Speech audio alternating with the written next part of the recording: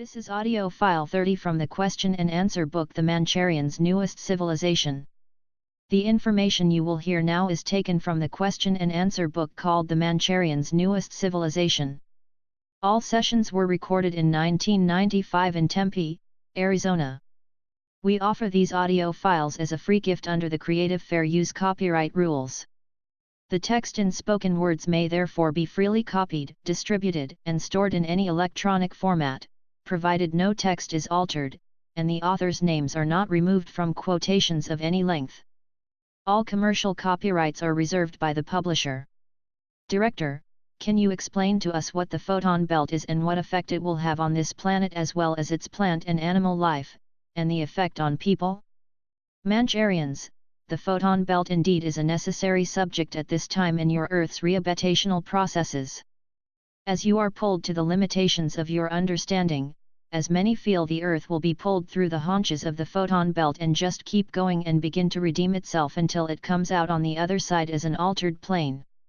This is not exactly how it will be extracted. We believe here that many messengers have come to explain that different frequencies will be opened to your planet on, what you term as the last days, and indeed the last days of this cycle, this particular cycle. For the Earth itself graduates into higher dimensions or frequencies. So the photon belt is in essence the opening up of different frequencies. And here you have the Earth's consciousness, being a third-dimensional entity, with the consciousness 2 degrees, or 2 dimensions up, on the 5th dimension. So here the 4th dimension is opened up and will attach with the 5th. But as the physical body seems to die, as you call it on this plane, so will there be an ulterior death, as you would call it for the Earth plane, a shedding off of the old and renewing. This will all take place when the barrier for the 4th dimension is broken through.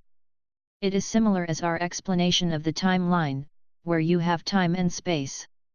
Do you remember? You have one timeline and then you have another and you have space in between. So let us look at it as the first timeline being a 3-dimensional timeline, with the second timeline being the 5th-dimensional timeline, with the space representing at this time the 4th dimensional or frequency. When you take the barrier from the 3rd-dimensional timeline down, you have the 4th dimension. And then when you take the top timeline down, which represents the 5th dimension, then there you are through that gateway of passage. We have used this as an applicatory measure a little differently, and have applied it differently than we did the first time. But that is solely for the use of your understandings. Director, all right. Thank you. I believe your aspiration for, or understanding of, oneness, goes far beyond that of humans forming societies under one idea, or ethnic societies forming nations. Am I correct? Mancharians, indeed. As we have stated before, the representation that we perform in linguistics for the understanding of you and your people are performed to your understanding, to your level of understanding rather, and as such would be different as though we explain to a level of 7th-dimensional understanding.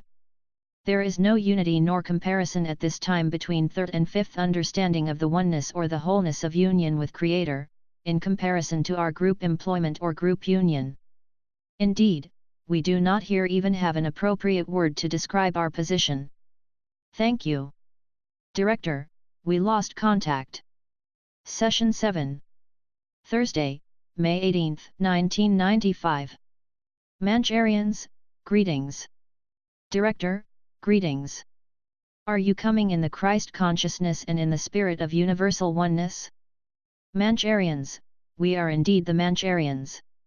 We are the universal oneness of the whole of the creation. Director, thank you.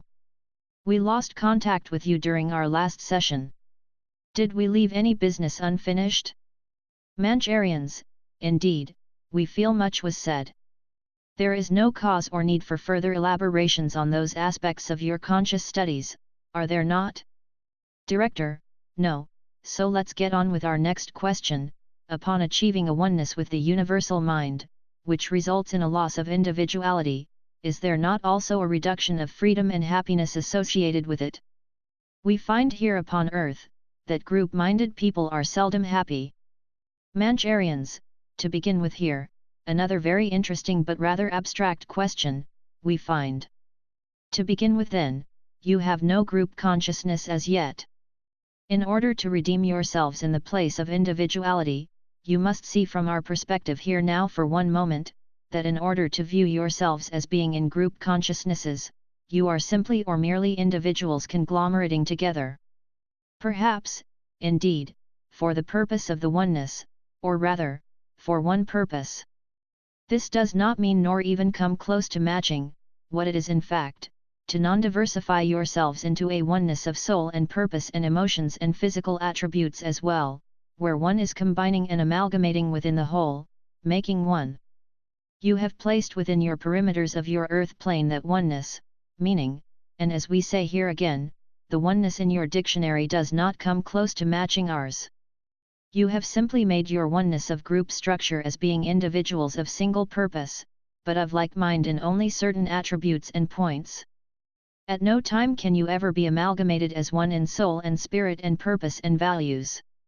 If you do get our meaning, our understanding is most intricate here, for the simple purpose of explaining to you and your people, that in order to have full oneness of purpose indeed, is to give over self, over ego, over desires, into a less individualistic or self-centered purpose of being.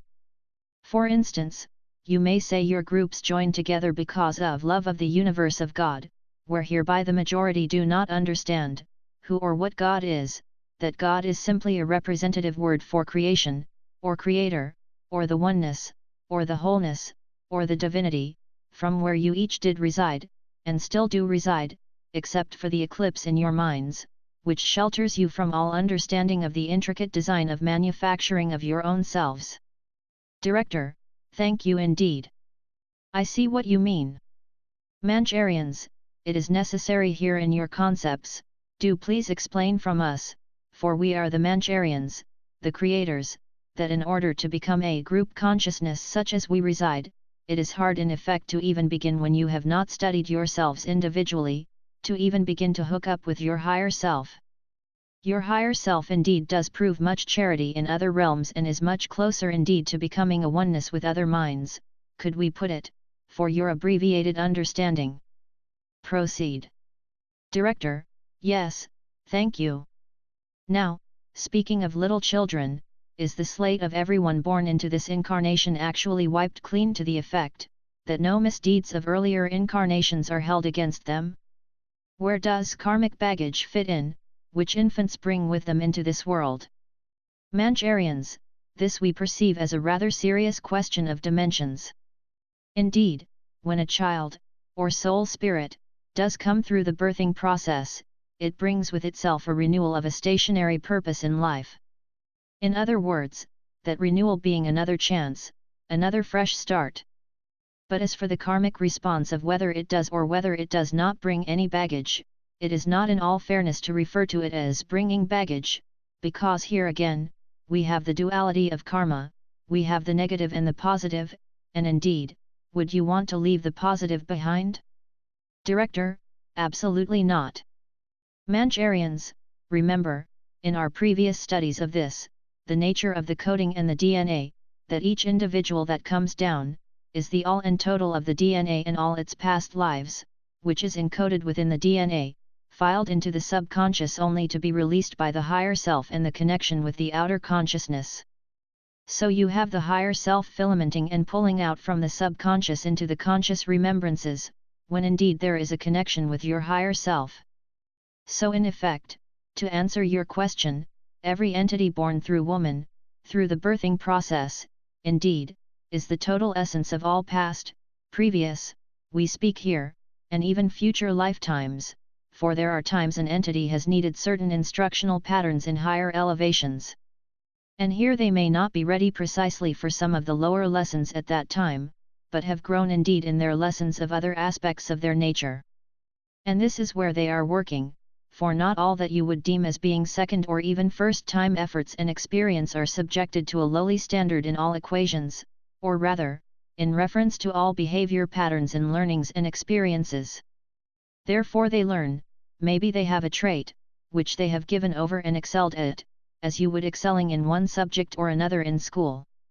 And for these purposes they reside in the higher planes at schools rather than being put into certain societies at that time, because their whole nature and makeup could not induce them to succeed in all areas, and would bring chaos rather than positive renewal and positive vibrations and help to the rest of the societal community, you see.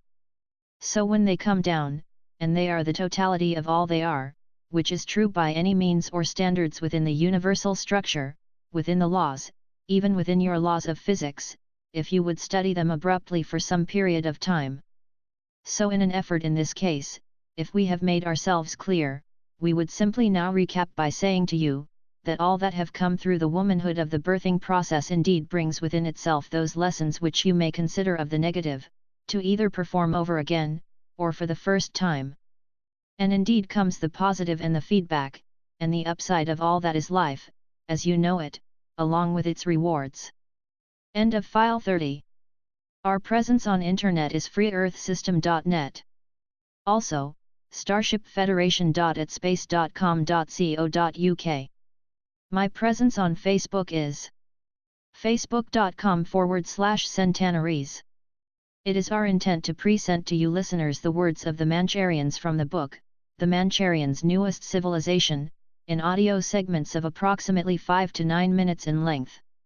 Enjoy listening to the words of our evolved forefathers. Good day and good night.